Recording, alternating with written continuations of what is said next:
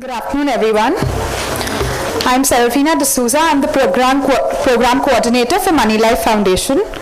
I would like to start by welcoming each one of you to this session on a very interesting topic, which is on gold as an investment by Mr. Debashis Basu. I now have the privilege to introduce our speaker for today's session, who is also the founder trustee of Moneylife Foundation and the editor and publisher of Moneylife magazine. Mr. Debashis Basu is a chartered accountant by qualification with over 29 years of experience as a journalist and the author of several business books like The Scam, Pathbreakers and the Plain Truth series. May I now please invite Mr. Basu to begin the session. Good afternoon, everybody. There's nothing that stirs more emotion among us than discussing gold. And the moment you say gold, you're pro-gold or you're anti-gold, it's like gets into a very, very serious and a very emotional discussion. In fact, people who invest regularly obviously go to surf the net, they look up all kinds of investment options, they look at concepts, they look at ideas, they look at various opinions of people, of experts on gold, and we all have come to acquire our own beliefs. These beliefs are so strong that, in fact, this morning itself, I just happened to I was just looking up an article once again on gold, and the most interesting thing on any article these days on gold is the comments that you see below. Those are the reflections of our belief. And no matter what you're talking about, ultimately there are 3 or 4 crucial things that people very, very strongly believe. And this belief is not something that has passed on through generations. The surprising thing is that this belief is of the last 5 years, or of the last 6 years, the last 10 years at the most. That forms a certain kind of myth. And I say, around gold has grown at least 5 kinds of myth, and that is the first segment of the presentation. The facts are completely different. The facts are something quite else. And to get at those facts, you really have to dig deeper, you have to look at numbers, you have to look decades of data, you have to do analysis, all that stuff. The easier thing is because so-and-so said that printing money leads to inflation, just to give you one example of myth. And inflation can only be, the best hedge against inflation is gold. So that's a belief. Now, it takes a lot of work to go back and see when have the governments printed money, whether inflation has happened or not. If inflation has happened at all, in those instances whether gold has been a hedge against inflation or not is a lot of hard work. You have to go back in data and pull up the data. Fortunately, I've been privileged in looking at some of this data and also been in touch with some people who have done this kind of hard analysis. A lot of it is not in public domain. Some of it is in public domain, but a lot of it is not. And I have the privilege of sharing some of this with you. Later in the presentation, I'm also going to discuss if these are not the correct, if these are myths as I call them, what actually determines the price of gold, and whether we as retail investors are in a position to factor in all of those drivers of gold, as it were, and have a sense of whether the gold price today is high, low, fair, or whatever, or is it something that we find it very, very difficult to do. The recent crash, where gold prices just over a period of 2-3 days fell by as much as some 13%, really has shocked a lot of people, because they have been fed by the propaganda of mutual fund companies, global pundits, of currency, of gold, to say that gold is a safe haven, it's a safe product. A lot of people also have grown up in this country believing that the gold price, like real estate, does not fall.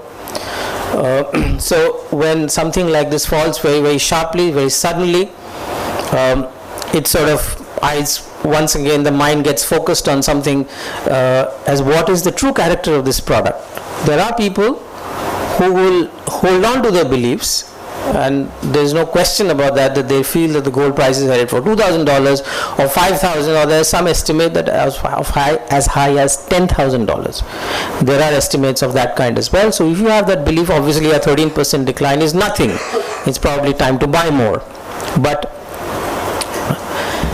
that I have picked up that little quote from George Soros in the end, which is extremely important to me, or extremely important to anybody who wants to understand gold.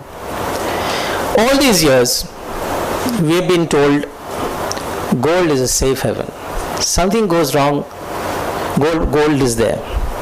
Gold is a hedge, not only against inflation, but also against a calamity.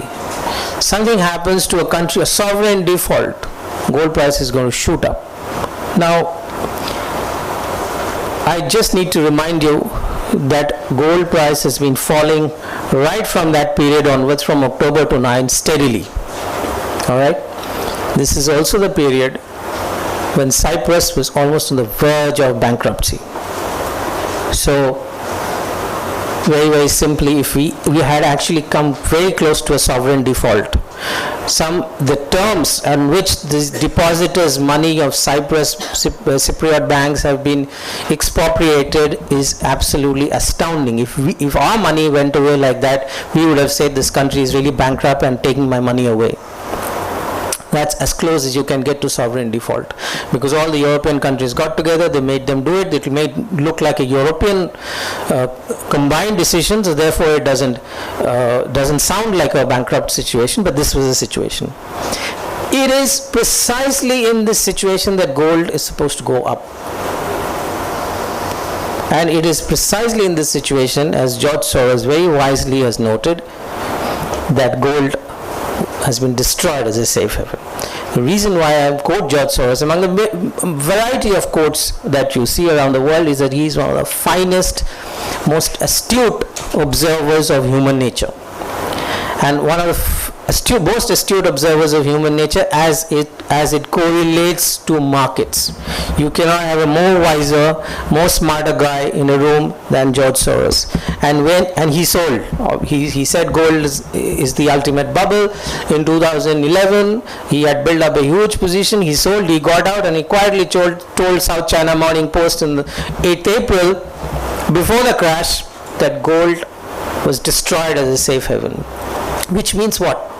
You've grown up believing a certain kind of theory. You've grown up believing that calamity, gold is there.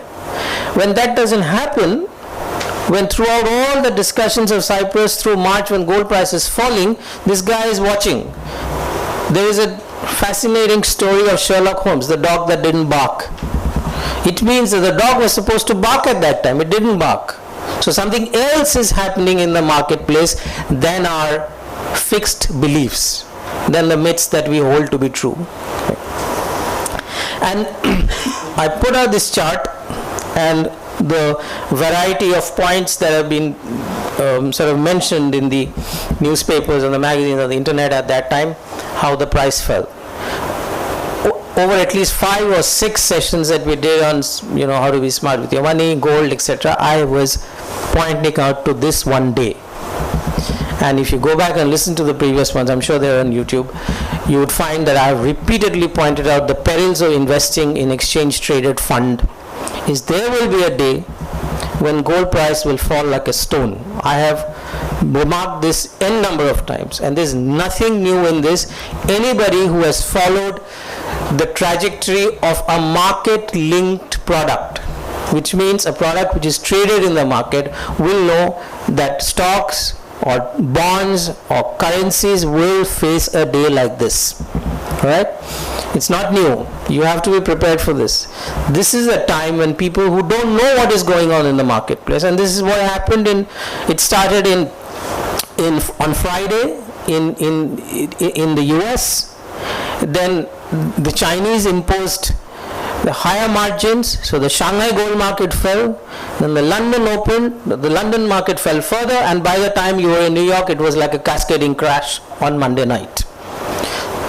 This is nothing new for those who have been tracking what is called market linked product. Why does this happen? There's a lot of theories. There's something called a sand pile theory, which means that you can build a pile of sand and all it needs is one grain on top, one last grain for the pile to collapse. But I won't go into that. But essentially the point is people have been buying on certain beliefs. When retail investors, institutional investors, everybody is buying on a certain belief. When the belief turns out to be false, this is what happened. The smart guys sell and go out and they said, we'll take a look at it later. The others who still hold on to the belief will probably buy more. And the others, rest of us, are all confused. We don't know. This is supposed to be safe haven. The price was supposed to go up and not crash and down like this. I have read a lot of this, as happens in any time there is a crash or there is a bubble. I'm a sort of avid reader of everybody's views on that. There have been a lot of sort of theories to explain this crash. The central banks have sold the gold. No, this is belief squared. So not only you believe that the central banks, that the gold price would go up, but here your belief is that the central banks have conspired to sell gold so that people get rid of this monstrous barbaric attraction to this barbaric relic, as Keynes called it, and get on to productive uses of money, put your money in bank and so on and so forth. Now, second one is very interesting. First, the reason why it started falling on Monday in London is this huge rumor which started earlier, which gained currency. The Bank of Cyprus was selling. Now, just think about this. A country, when it goes, I'm really surprised that even I or nobody else thought about this, but this is the most common sense thing. Cyprus maybe have 78 tons of gold, which is valued, let's say, $100 billion. The country has been asked to, put up another $10 billion. It doesn't have the money. It has gold. It's obvious for it to sell gold, which has gone up, 6-7 times over the last 10 years. So, what actually would happen if this were to be true is exactly the opposite of what we have been preached to, which is, in case of a sovereign default, gold prices would go up. The reason why it fell, and there's continuous worry that it will fall, because next is Italy, which is world's 6th largest or 7th largest holder of gold. So to get rid of that debt, they'll have to sell gold. This is not how it was supposed to be. It was supposed to be that countries, when they're bankrupt, get default, the gold price is supposed to go up, stabilizing inflation. And this is an interesting point. It's one of the factors why gold prices go up. Inflation, instead of going up, this is part of the belief that gold is a hedge against inflation. So if inflation goes up, gold price should go up. It's our birthright. Now, if inflation doesn't go up, there's no reason to hold gold, right? So the inflation is stabilizing. What's the point in holding gold, which anyway, as the previous chart shows, is continuously falling for 6 months? Price is just not going up. Better sell a little bit, and then all the rumors and all the panic and so on, and lower demand from China and India. There is demand from India and China has been fluctuating. 2012 was bad. First half was bad. Second half was good. Now again, demand is picked up. Now, why I mentioned that these are myths, and it's really hard to go back and do some fact checking before you arrive at the real truth and draw conclusions which are rational. Because the moment I tell you that demand from India and China has been lower, so you have one of the two responses. Let me go and check whether this guy knows what he's talking about or not. Let me go and check World Gold Council. There is a website. They give demands. They give quarterly demands.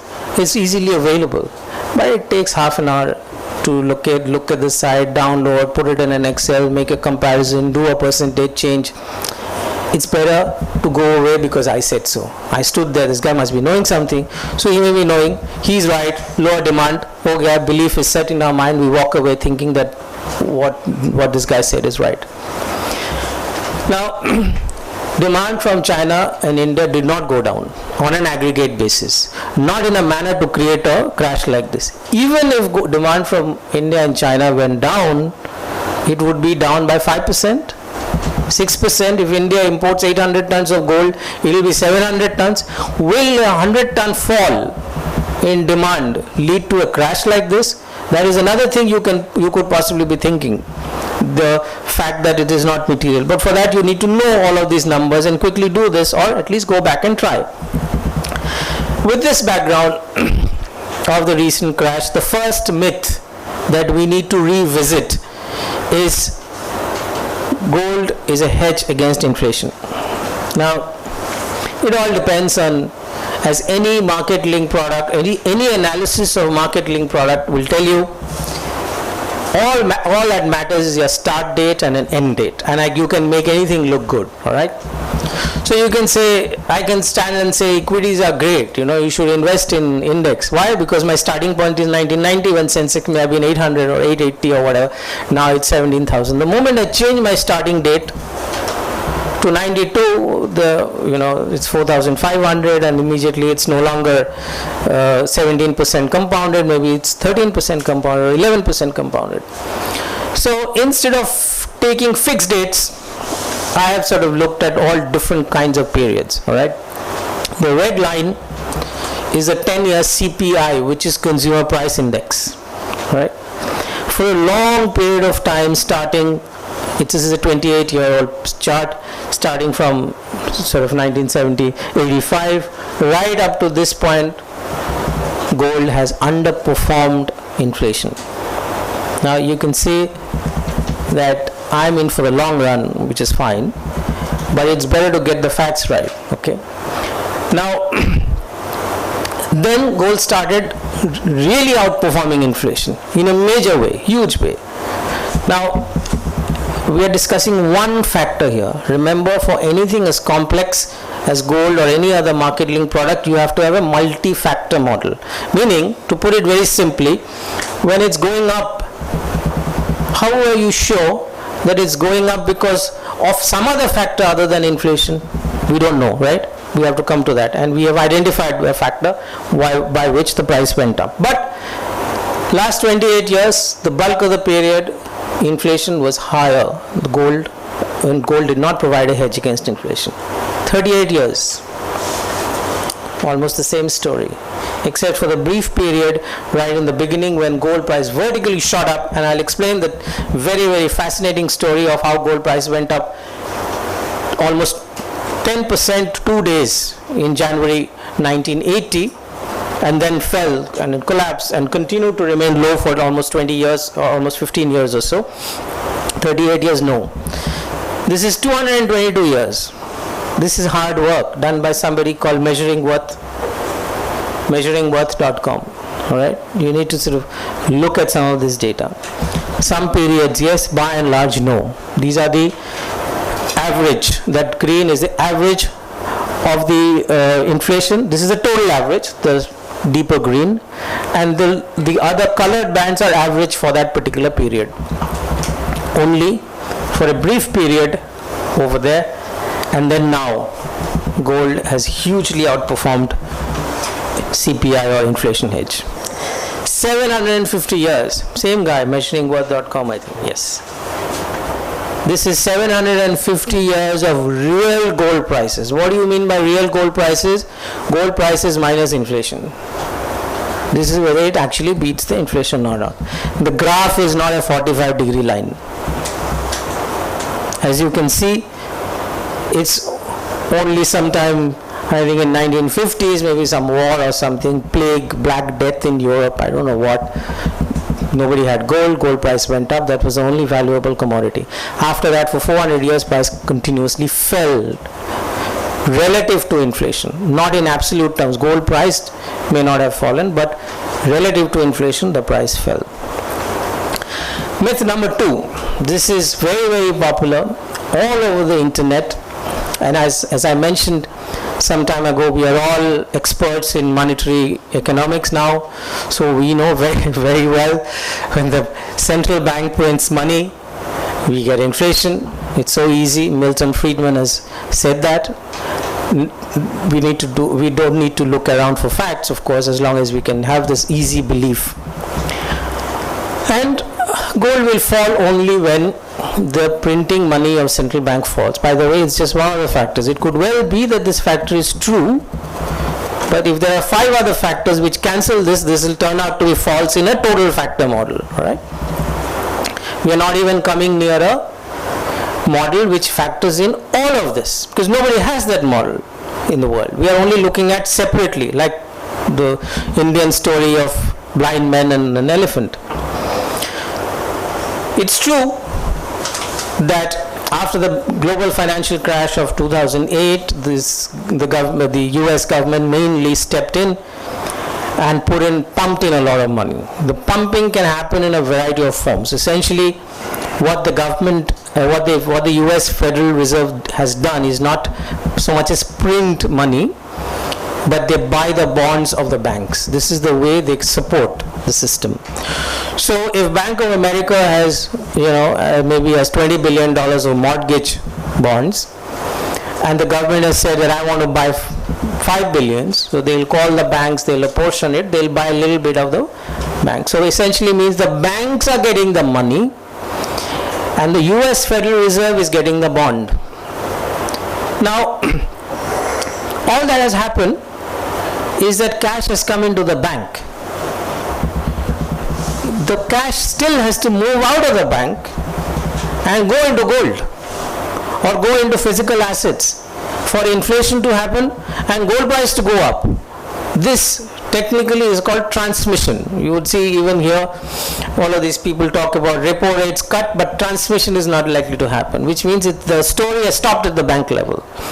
Nobody has gone and checked whether all the bond buying that the Federal Reserve has done has meant X amount of money transferred to the bank and where the bank has utilized the money. What has it done with the money? All right. The first part of the chart was all about expectation, which is the bank, this will lead to inflation, or this will somehow manage to move into hedge funds, into commodity funds, into a variety of people with speculative urges. So commodity price would go up and gold prices would go up and inflation would go up, and therefore gold would be a wonderful hedge against inflation. We don't know whether the money has moved out of the banks or not. So while the first two instances of what is called quantitative easing did lead to higher expectation and therefore higher gold prices, remember, it's not necessary that the money moved from the Federal Reserve into gold. It could well be that people were buying nevertheless. It's two disconnected things. Money has moved to Bank of America, and anyway people outside the world are buying gold because this is what they expect eventually to happen. So they are unconnected events. It happened once, it happened twice, and third time the dog didn't bark, which is September 2012. By the way, September 2012 was the single biggest quantitative easing the Fed has done. It is $85 billion a month. The day it was before it was announced, the price started moving up. There are leaks, Goldman Sachs, and this and that, and people get to know. So where you see this little rise from there to there is all in the run-up that Fed is going to meet and they're going to ease. They did ease in a huge way. The market was absolutely shocked. 85 billion was far bigger than what anybody had imagined every month.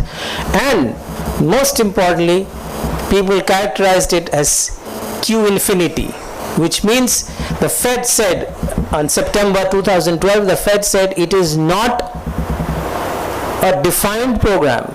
This is not meant for 1 year. This is going to be in place as long as we don't have 2% inflation and as long as we don't have the unemployment rate down to 5% or whatever the targeted figure is. So this is a targeted rate as long as it is needed, which means it's an open-ended Q infinity. And yet the price fell. Third time the dog didn't bark, and I guess George Soros, who has made his billions on human nature, figured out that this is not the response that I expected people to put in. For some reason or the other, price has not responded. The equation has collapsed. QE leading to inflation anyway is not going up. Right from 2008 onwards, inflation is not going up. So now even gold price itself is not reacting to an actual massive stimulus, not even a hint. It's a real stimulus, and known 85 billion. They said it's going to hit the banks from this day onwards. The price started falling. The smart guy started selling on the day the dog didn't bark. And since then, Cyprus and everything else, and then the price eventually collapsed. So easy money equals higher prices didn't happen, right? Now, we have seen the first myth is that gold is a hedge against inflation. Guys who love to argue in favor of gold want it both ways. So if gold is a hedge against inflation, it's also a hedge against deflation or recession or panic, right? Let's look at it, whether it's true or not. It's all our history is there, at least 200, 300 years of American history is there. Gold gave no returns in any of the recessions or depressions from 1792 onwards, when the gold-based dollar was adopted, till 1969, a period of 177 years. Just no record of gold going up in a panic on a sustained basis. In any case, it's good to look back and see whether those panic periods have lasted or not, whether civilization has over a period of time improved or not, or whether we continue to regress. So if the overall conclusion is that over a period of time humankind is able to overcome many of the problems that it sees, which essentially means that the whole argument of gold as a means of staving off recession or deflation or collapse completely collapses itself. In fact, as I pointed out earlier, sovereign collapse was supposed to send gold higher, it didn't.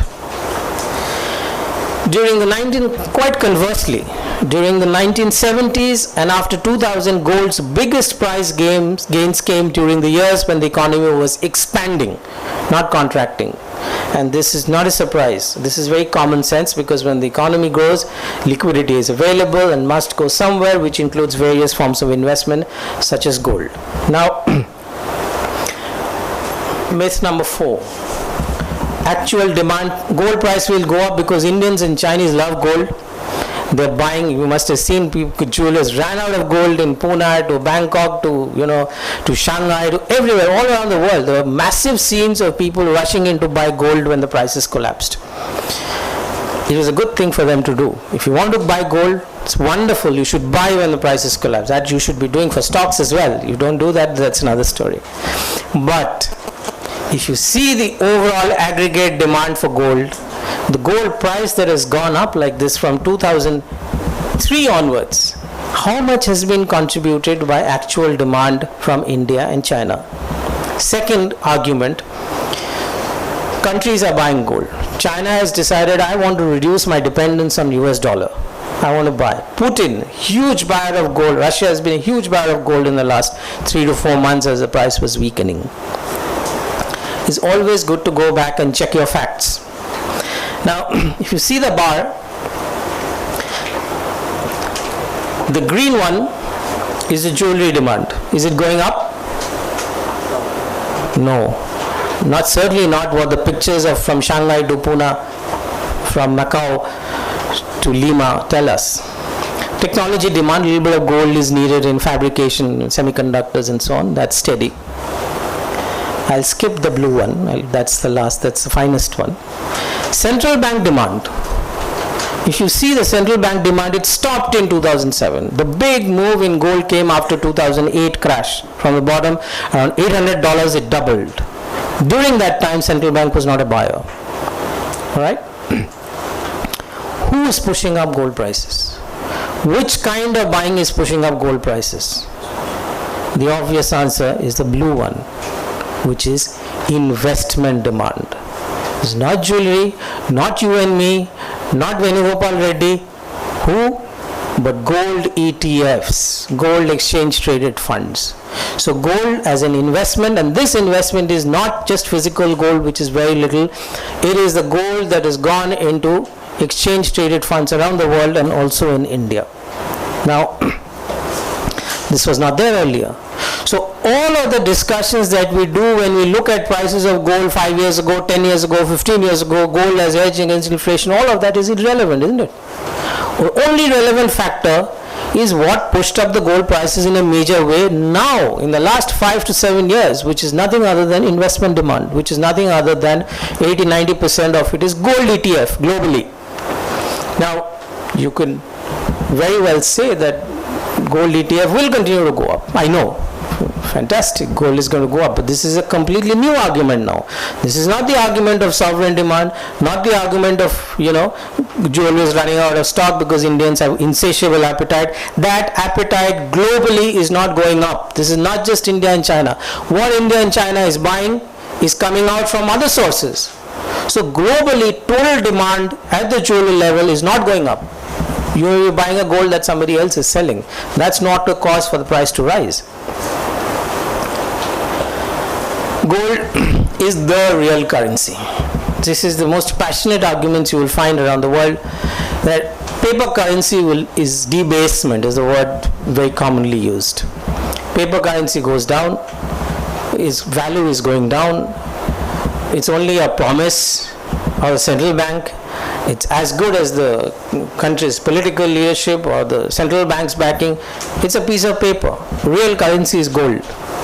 So you should buy it, right? Fact is, not one country in the world anymore is in gold standard. Not one country. One of the last big ones to go out of gold standard was Switzerland. That was in 2000, right? Now, we say it should be the real currency.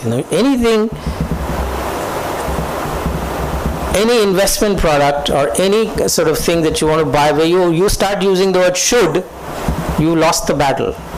Because it doesn't matter what you think. Doesn't matter what you think ought to happen. What happens is going to be the objective reality which you have to discover and follow, right?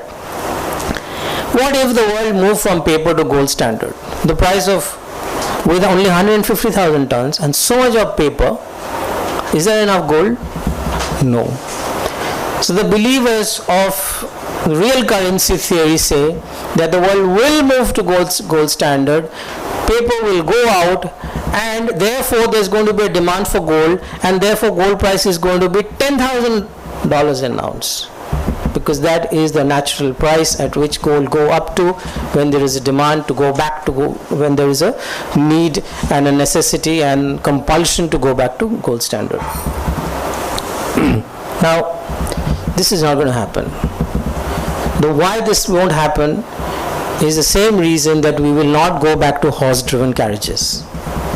After the discovery of internal combustion machine in the early part of last century, a lot of people did not believe that this is going to be the real vehicle, the automobile is going to be the vehicle of the future. Some people had projected that if the horse-driven carriages were to grow at the rate they were growing, the entire London will be under a 7-foot pile of horse shit. This didn't happen. The people of the world find a different way and a better way, and we change track. We don't go back. We are not going to abandon tractors and go back to bullock carts. We are not going to abandon horse-driven carriage and go back to gold standard. It's just not technically, physically, civilizationally, it's impossible thing to do. There obviously would be another way. So this is pure dogma and not based on any sort of economic logic. So these are roughly the 5 myths of gold, and I've addressed them with facts as much as possible.